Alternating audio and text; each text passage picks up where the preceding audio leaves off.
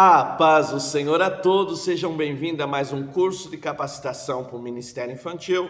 Sou o tio Rogério, pastor da Primeira Igreja de Criança em Campinas. O nosso curso está falando sobre festas populares e seus perigos ocultos. Quando falamos de festas populares, normalmente olhamos e dizemos, nossa, tão divertida, tão legal, mas quais os perigos ocultos contidos nessas festas? Então nós estamos conversando um pouco sobre isso. Essa é a videoaula de número 4, nós vamos falar um pouquinho sobre o Halloween, ou conhecido como Dia das Bruxas. Então nós vamos conversar um pouquinho neste módulo sobre a origem dessa festa, sobre toda a simbologia voltada ao ocultismo. Então quando nós olhamos o Halloween, parece bem legal para as crianças fantasiar, os seus enfeites, mas nós vamos ver que cada um dos elementos dessa festa é voltado ao ocultismo, então nós devemos tomar cuidado. Nós estamos vivendo numa época que muitos movimentos evangélicos estão trazendo algumas comemorações para dentro do meio evangélico e diz, mas é uma festa legal, a gente vai atrair pessoas não cristãs. Nós precisamos compreender que dentro dessas comemorações existe um forte cunho do ocultismo. Então nós vamos ver que existe muita coisa voltada ao ocultismo. Então nós vamos conversar um pouquinho sobre o nome, sobre a origem da festa, sobre toda a simbologia e por fim terminarmos falando um pouquinho das orientações bíblicas sobre essa comemoração.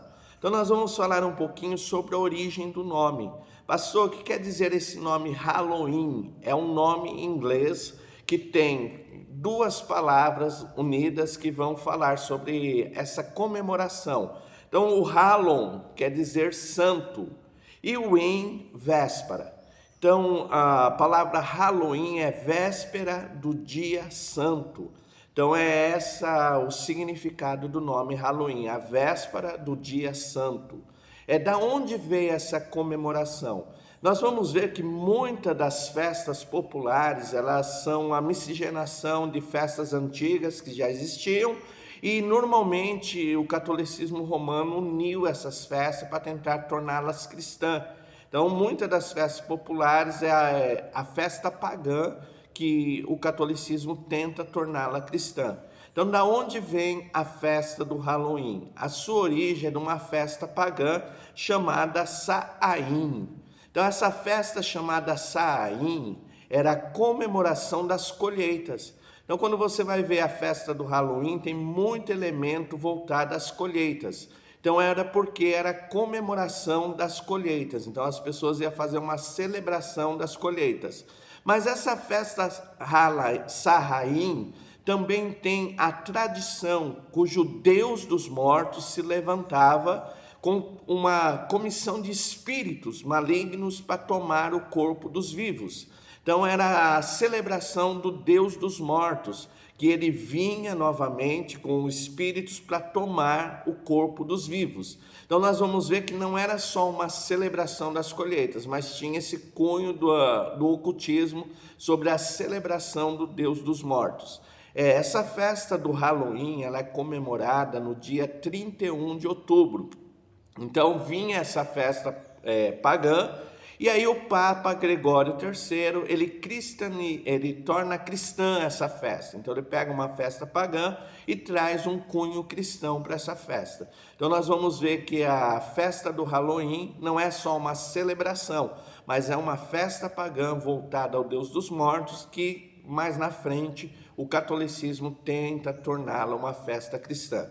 E ela é comemorada no dia 31 de outubro. Então essa é a origem da festa do Halloween.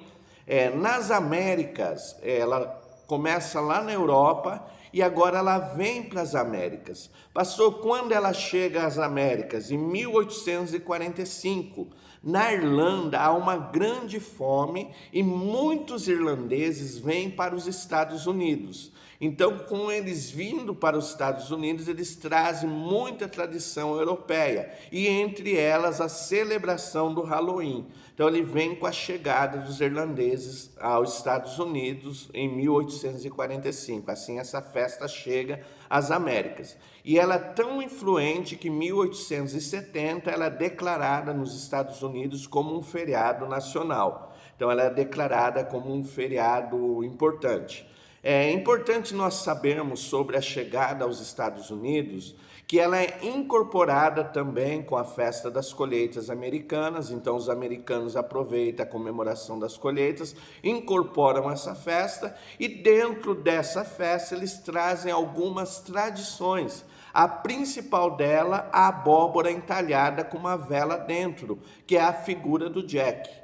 Então nós vamos ver depois o que é essa figura do Jack, mas nos Estados Unidos é incorporada a abóbora com o entalhamento e a vela, o Jack, e também nas festas americanas ganha a tradição das crianças saírem pelas ruas pedindo doces ou fazendo travessuras.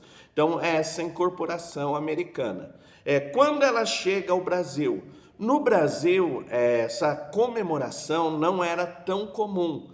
Mas com a expansão das escolas de idioma, principalmente de língua inglesa, essa comemoração tem se tornado cada vez mais popular no Brasil.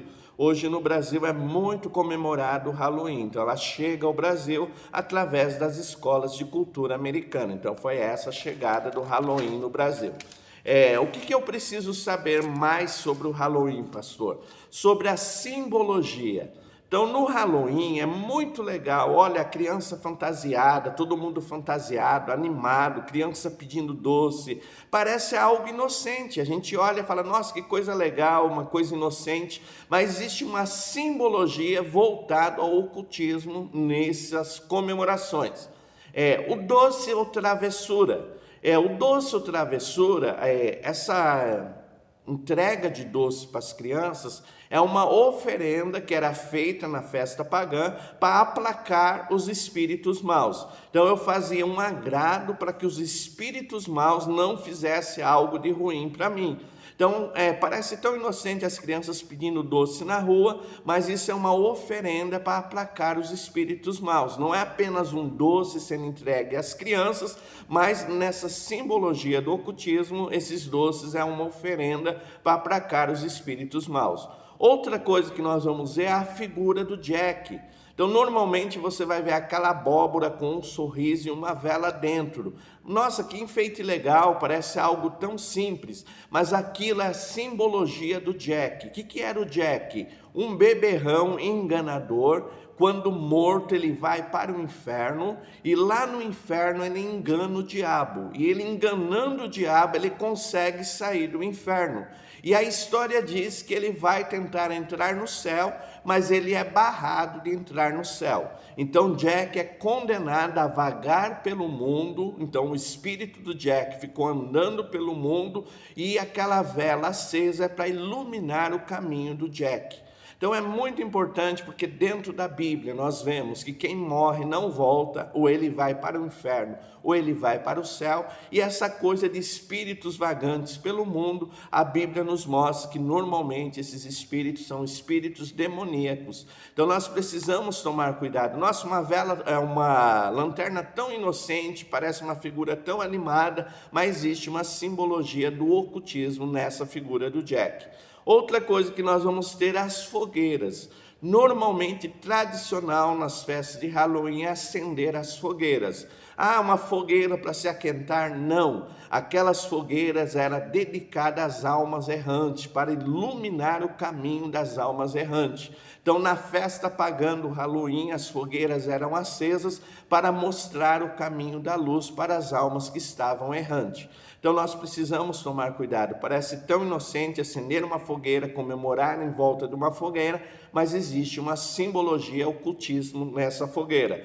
Outra coisa, normalmente nas festas de Halloween, é uma bacia muito grande com maçãs dentro. E as pessoas têm de pegar a maçã com a boca. Nossa, que festa legal, que brincadeira inocente.